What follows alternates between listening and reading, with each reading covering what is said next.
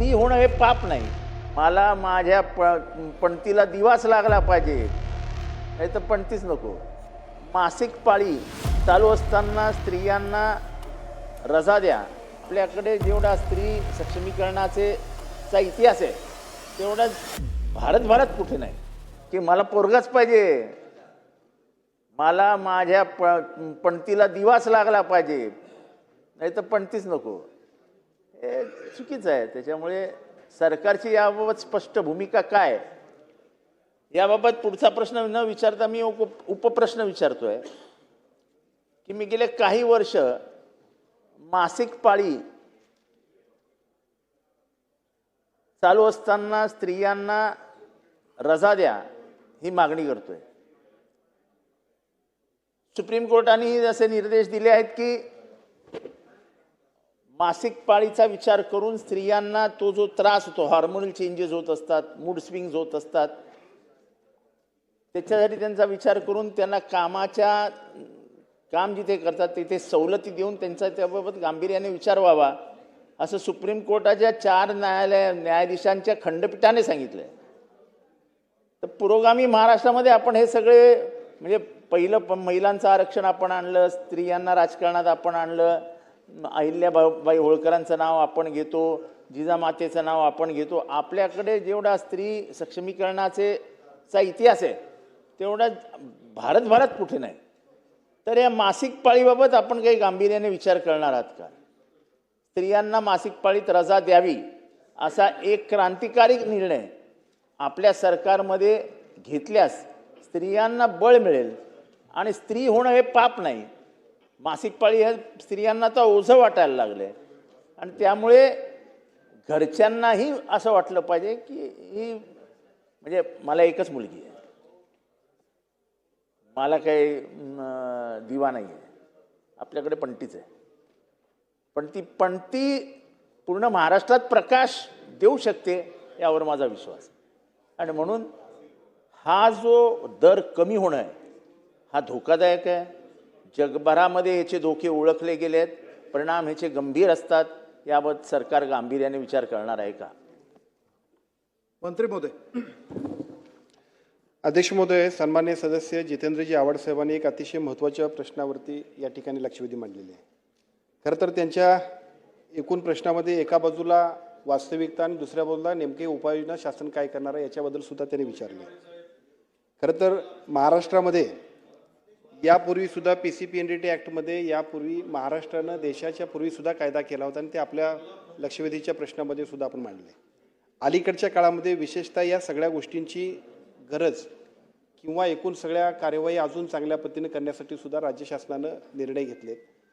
पहिल्या टप्प्यामध्ये या सगळ्या गोष्टींसाठी एकूण PCPNDT ॲक्टचं प्रभावीपणानं जर का आपण उपयोग केला तर हे एकूण जो काय स्त्री जन्मदर आहे या स्त्री जन्मदराची एकूण कामकाज गतीनं वाढवता येईल या उद्देशानं PCPNDT ॲक्टचा प्रभावी अंमलबजावणी करण्यासाठी राज्यस्तरीय अशा पद्धतीचं अभियान आपण घेतलं.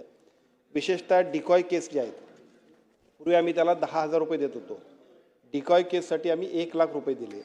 राज्यस्तरीय कमिटीपासून अगदी जिल्हास्तरीय सगळ्या कमिटी आहेत, त्या सगळ्या कमिटींमध्ये एका बाजूला NGO, दुसऱ्या बाजूला सोशल ॲक्टिव्हिस्ट आणि त्याच्याबरोबरीनं आपण सगळे लोकप्रतिनिधी या सगळ्यांच्या प्रतिनिधींचा समावेश करून त्या सगळ्या कमिट्या अस्तित्वात आणून जास्तीत जास्त प्रभावीपणाने या सगळ्या गोष्टी करायचा आम्ही प्रयत्न केला आहे. या सगळ्या गोष्टींच्या बरोबरीनं कारवाईसुद्धा करण्यामध्ये सरकारच्या वतीनं सातत्यानं या सगळ्याबद्दलचा फॉलोअप सुरू आहे. मी आपल्याला सांगेन की 2023-24 मध्ये 75 स्टिंग ऑपरेशन झाली होती, त्याच्यानंतर 24-25 मध्ये 94 स्टिंग ऑपरेशन झाली होती आणि आता टिल डेट जानेवारीपर्यंत आपण 90 स्टिंग ऑपरेशन केली आहेत.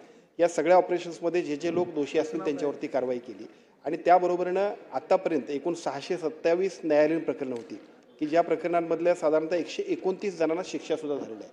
पण एवढ्यावरती प्रश्न सुटणार नाही, अजूनसुद्धा अवेअरनेस व्हायला पाहिजे, वेगळ्या पद्धतीने या सगळ्या कामकाजाला गतिमानता आणली पाहिजे.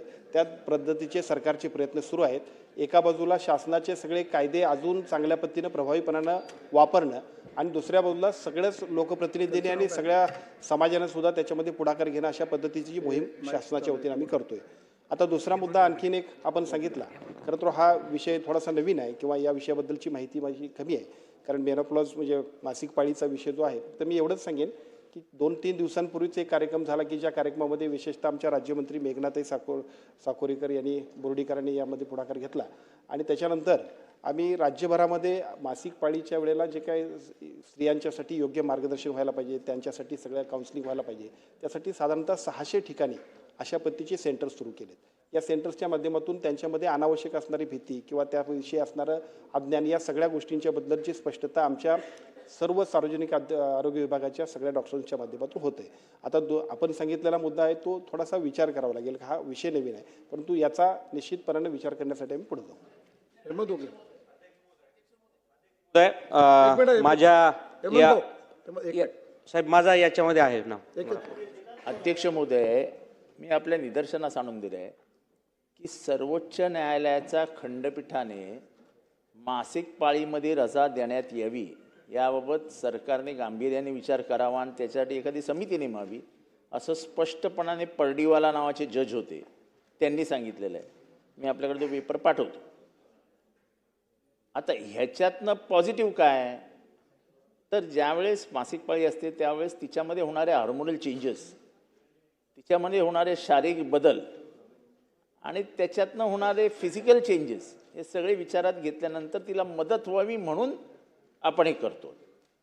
आणि त्याच्यामुळे आपण हा जर निर्णय घेतला, भारतातला पहिला निर्णय असेल तो, त्यामुळे ह्याच्यात आपण गांभीर्याने विचार करून एखादी समिती नेमून याबाबत पुढचा निर्णय पुढच्या अधिवेशनापर्यंत येऊ शकतो का, याचं काही उत्तर आपण या ठिकाणी देऊ शकाल का? मंत्री महोदय. अध्यक्ष महोदय, सन्मान्य सदस्यांनी सांगितल्याप्रमाणे सर्वोच्च न्यायालयाचा जो निकाल असेल आणि त्या निकालाच्या पद्धतीने एक समिती आम्ही नेमू आणि निश्चितपणाने त्याच्यात जर आपल्याला काय चांगल्या पद्धतीने काम करता येईल तर ते आपण करू. अशाच नवनवीन अपडेट्ससाठी डिजिटल कोल्हापूर चॅनेलला सबस्क्राईब करायला विसरू नका.